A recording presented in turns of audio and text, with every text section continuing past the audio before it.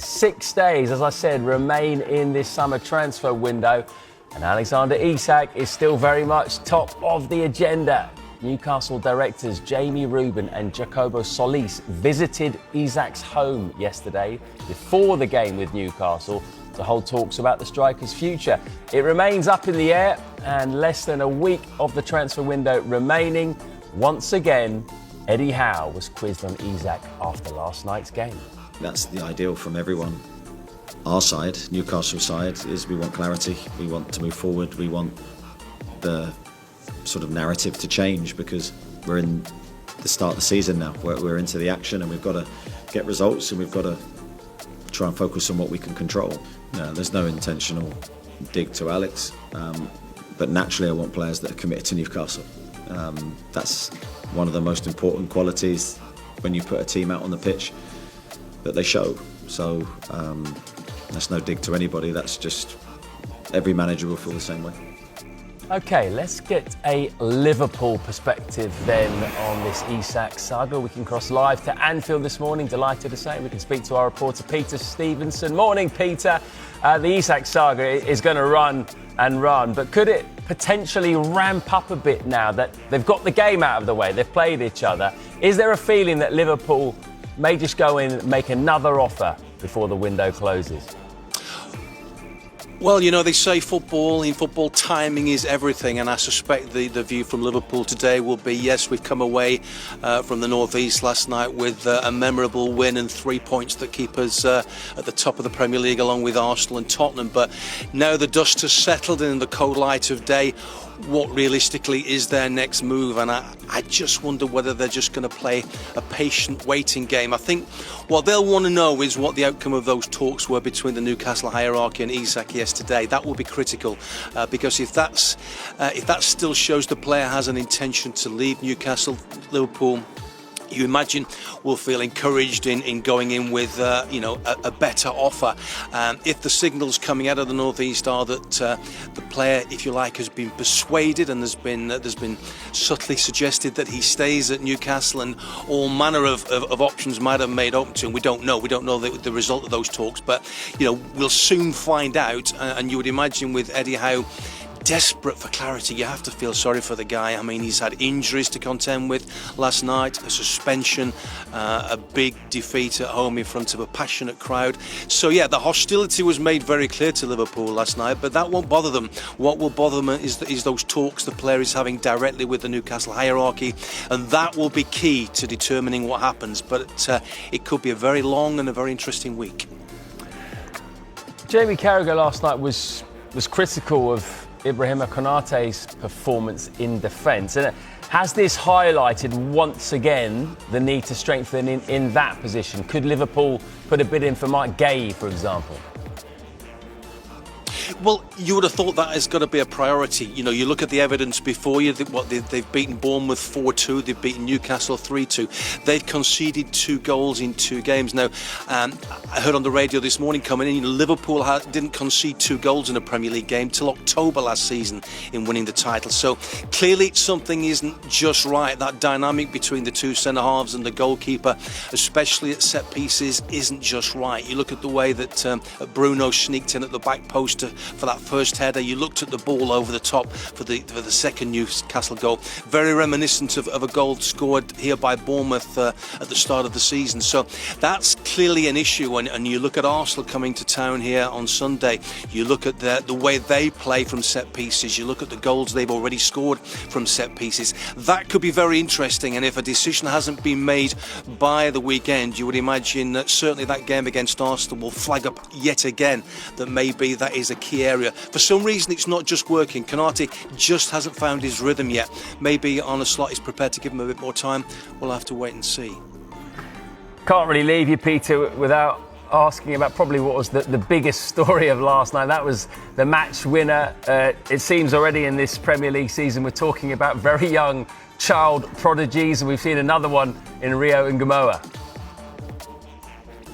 Yeah, young Rio did really well, didn't he? I mean, he came on. I mean, I think most people have probably thought this game's gonna, it's heading for a 2-2 draw, which would have been a remarkable match in itself. But that final act in what was an absorbing football drama last night. I mean, coming on, by all accounts, he's done well in pre-season. He's scored 3 goals, so I don't think the Liverpool management would have been particularly surprised or worried about throwing him on. But to get that magical moment when that ball comes to you, and I mean the composure in such a cauldron to actually take that ball first time. He had time to take a touch. Let's face it, he could have taken a touch and weighed up the options, but just to hit it first time, I don't think Nick Pope actually moved, and that ball nestled in the corner of the net. Game over. A remarkable appearance from him, and we're going to have to wait and see. There could be a couple of very, very promising young teenagers, maybe on the bench on Sunday, but certainly, as you say, the youngster's showing that you're never too young to get your chance, and he looks a class act, doesn't he?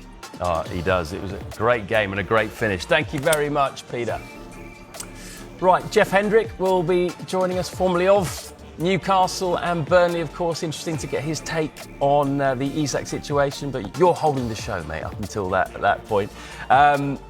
Now that Newcastle and Liverpool have played each other, was it always unlikely that anything was going to happen before that point? Do we expect things, if anything's to happen, it's going to happen now, in the next couple of days? You would think so, though. The fact that Alexander Isak has been training on his own for such a long period of time, even if he moved to Liverpool over the course of the last few days, he probably wouldn't have featured.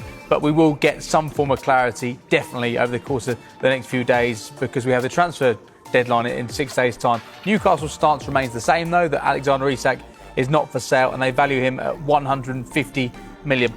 However, at the same time, Liverpool are still looking to sign an attacking player before the transfer deadline. They still feel like they're one short on where they were last season.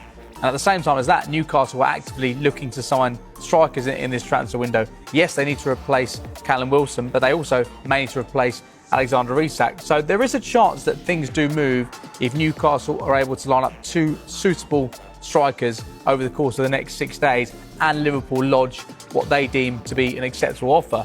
It's been reported, and we can report it now ourselves, that Newcastle officials met Alexander Isak yesterday. They visited him at his home as they attempted to convince him to stay at the club, and a new contract would be part of discussions if he was to stay at Newcastle. Newcastle are already in a really good situation because Isak has 3 years left in his contract, but they may find a way to convince him to stay in the Champions League with Newcastle this season, maybe increase his options when it comes to his personal terms. I think he'd get a bumped up contract if he was to stay at Newcastle and commit his future to the club. But Eddie Howe wasn't aware of those conversations taking place, but we can confirm that was the case. But I think the fact that Newcastle have struggled to line up a replacement for Callum Wilson, who departed at the end of June, just shows that it's going to be very difficult for Newcastle to get 2 replacements in for Isak and Wilson over the course of the next few days. So it does feel like a lot needs to happen if Liverpool are to get Alexander Isak. But of course, as we know,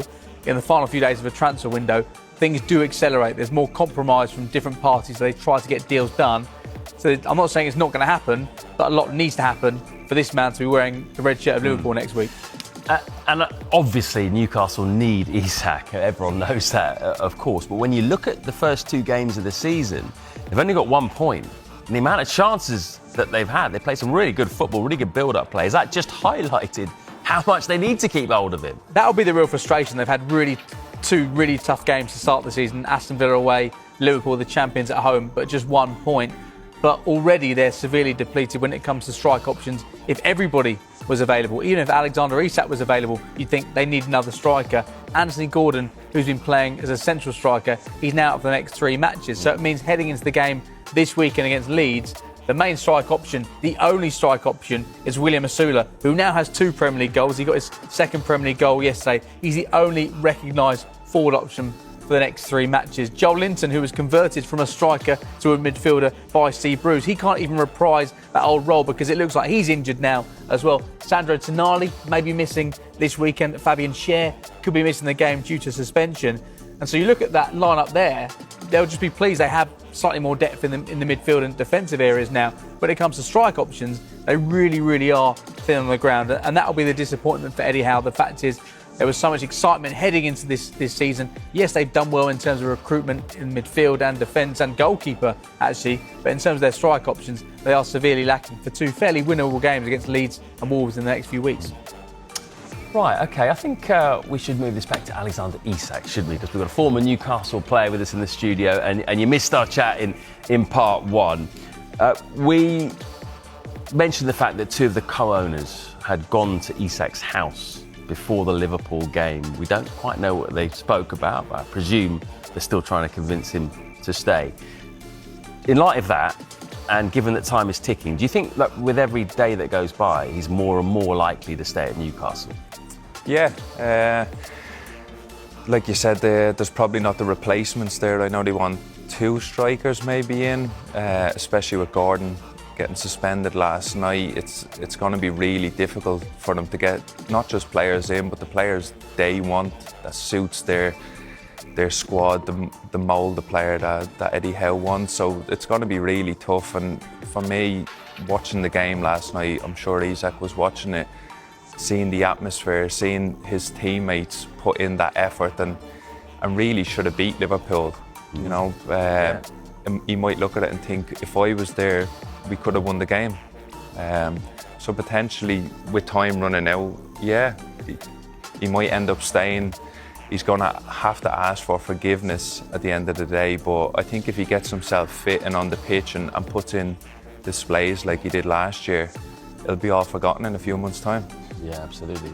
Any owners ever turned up at your house and convinced you to stay? No, unfortunately, I wasn't in the situation where I was probably wanted as much as Isak, but I wish I was sort of, you know, in the driving seat like him and wanted by so many clubs. But for me, yeah, he's running out of time, and I think he should make a decision, really. I think it's up to him and the club. They've had that big meeting yesterday, and I think there is time for him to just turn it around. From a Liverpool point of view, though, do you agree what Jamie Carragher said yesterday? And initially, when we heard that Isak was of interest to Liverpool, a lot of people said, well, you know, do they need him? They've got so much firepower. But Carragher looked at the bench yesterday and said, I think they need more attacking reinforcements because they had Harvey Elliott, Ungamoa and Federico Chiesa on the bench. So do you actually agree with Carragher that Liverpool could do with an attacking reinforcement? Well, who they brought on won the game. Yeah, that's true. But yeah, no, of course they do. I think we said about Arsenal earlier, and they're assembling a squad where if anything happens, whether it's injuries or suspensions, they have people who can fill in. Liverpool are still a little bit short in that department up top, maybe at the back as well.